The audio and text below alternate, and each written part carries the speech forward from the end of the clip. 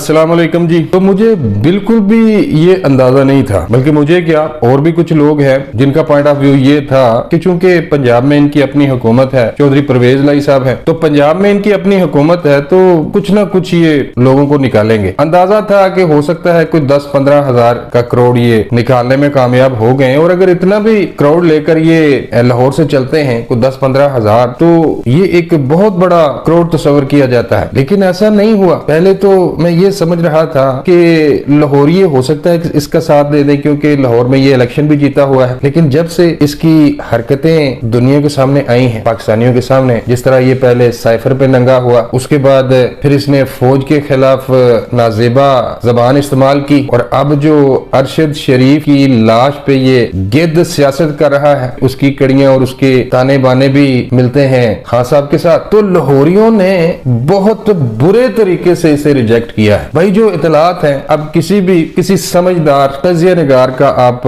उनका point of view सुन लें। हर एक बंदा, हर एक एजेंसी, इनकी अपनी जमात के कुछ लोग ये कहते हैं कि नहीं यार, 3 से 4 हजार या फिर ज्यादा से ज्यादा बल्कि 5 हजार तक, तो कोई भी ये बात मानने को तैयार नहीं है कि 5 हजार का क्राउड था। 2 से 3 हजार लोग थे। तो बहुत बुरी तरह इनका ये लॉन्ग मार्च का जो पहला दिन है, बुरी तरह ये एक्सपोज हुए। और कुछ और खबरें भी आ रही हैं, वो भी आपके गोश गुजार करता चलो। ये जो वीडियो चल रही है, ये जो तकरार हो रही है पीटीआई के रहनुमाओं की आपस में, इस हवाले से कंटेनर पर मौजूद मुखबर की जानब से ये कहा गया है कि इमरान खान की जानब से लाहौर के इनके जो एमएनए हैं हमाद अजहर साहब, उनको गंदी गालियां दी गई हैं इमरान खान की तरफ से कि ये है तुम्हारी औकात, 10 बंदे नहीं निकाल सके तुम। तो ये समझ रहे थे कि कोई लाखों का मजमा आएगा, लोग निकल आएंगे खान साहब की आवाज पे कि निकलो, मैं हकीकी आजादी दिलाने चला हूं आपको। भाई कौन सी हकीकी आजादी, और किससे आप हकीकी आजादी दिलाने चले हो? तो बुरी तरह नाकाम हुआ इनका लॉन्ग मार्च। आपस में ये लड़ते रहे कंटेनर पे चढ़कर, और रात को पता नहीं फिर ये नशा करके कहां चला गया। ये था जी इसका लॉन्ग मार्च, जिसका एक सिरा इस्लामाबाद में होना था और दूसरा उसका जो सिरा था, उसकी टेल थी, वो आजादी मार्च लाहौर में होनी थी। ये है जी इनका लॉन्ग मार्च। आगे चलते हैं, आपको थोड़ा सा रियासत मदीना के जो दावे करते हैं खान साहब कि रियासत मदीना में बनाऊंगा। मैं आपको पहले भी कई दफा अपने वीडियो में ये बता चुका हूं कि पीटीआई के जलसों में एक खास मंसूबे के तहत कुछ खवातीन को लाया जाता है। कुछ बहुत मॉडर्न किस्म की खवातीन होती हैं। एहसान चट्टा के मुताबिक सियासी डेरा वाले भाई साहब, वो कहते हैं कि ये मसाज सेंटर चलाती हैं, सर्विस प्रोवाइड करती हैं। खुल के मैं बात नहीं करना चाहता। तो इस टाइप की खवातीन को लाया जाता है। ये भाई देख लें, ये आपके सामने तस्वीरें चल रही हैं, वीडियो आपके सामने चल रही है। एक तरफ कहता है कि नहीं जी हमें बहुत दुख है, कंटेनर पे लगाए हुए हैं बड़े बड़े पोस्टर अरशद शरीफ साहब के, गिद्ध ने, हमें बहुत दुख है जी, हमारा भाई है और मैं रियासत मदीना बनाऊंगा। ये रियासत मदीना बन रही है जनाब, कि डांस और मुजरे हो रहे हैं, और ये जो साथ खड़े हैं डांस कर रहे हैं और तस्वीरें बनवा रहे हैं, सेल्फियां, ये इन्होंने लेटना है टैंकों के आगे, इन्होंने फौज का मुकाबला करना है। और एक और खतरनाक ट्रेंड चला रहे हैं, इमरान खान के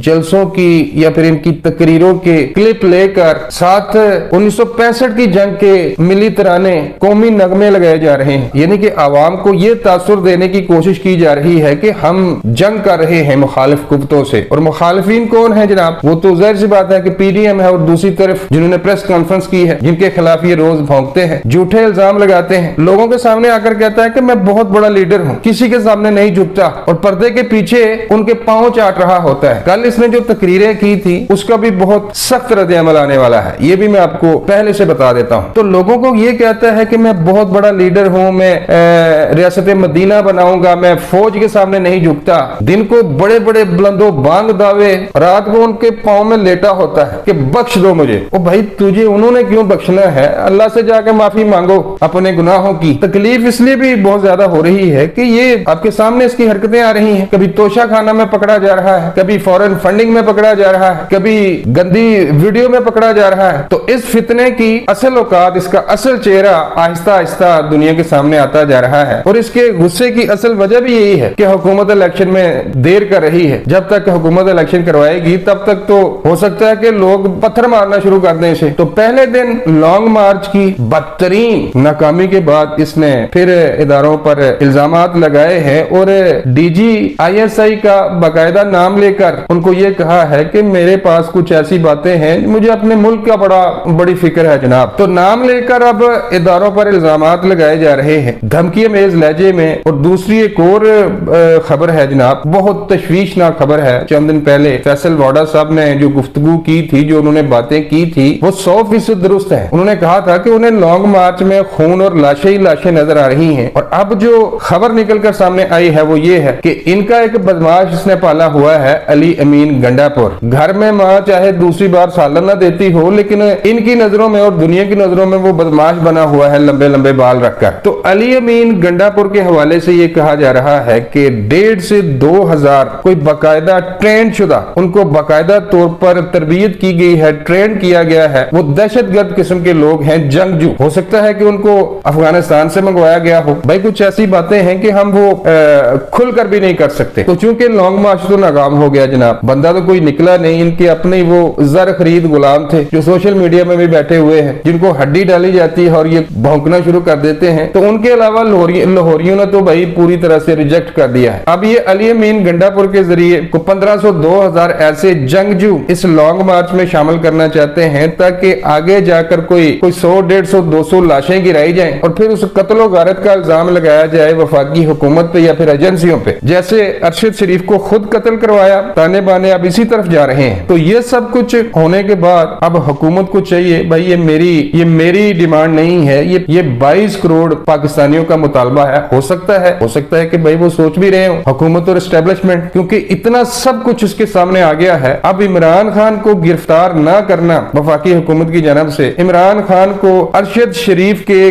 कत्ल के इल्जाम में इमरान खान को गिरफ्तार ना करना, भाई ये इस आवाम के साथ मजाक होगा। अगर मजीद इस बंदे को छूट दी गई तो कल आपने देख लिया इंडियन मीडिया कैसे पाकिस्तान के खिलाफ जहर उगल रहा था। तो हमारे पास भी कुछ खबरें हैं जनाब, संजीदगी से गौर किया जा रहा है कि एक तो पंजाब में गवर्नर राज लगाया जाए और दूसरा इस फितने को, हो सकता है, मैं कंफर्म नहीं करता, तजिया भी मेरा समझ सकते हैं कि हो सकता है कि इस्लामाबाद पहुंचने से पहले इस फितने को गिरफ्तार कर लिया जाए। अब तक के लिए बस इतना ही, मिलता हूं किसी नई वीडियो में। अल्लाह निगहबान।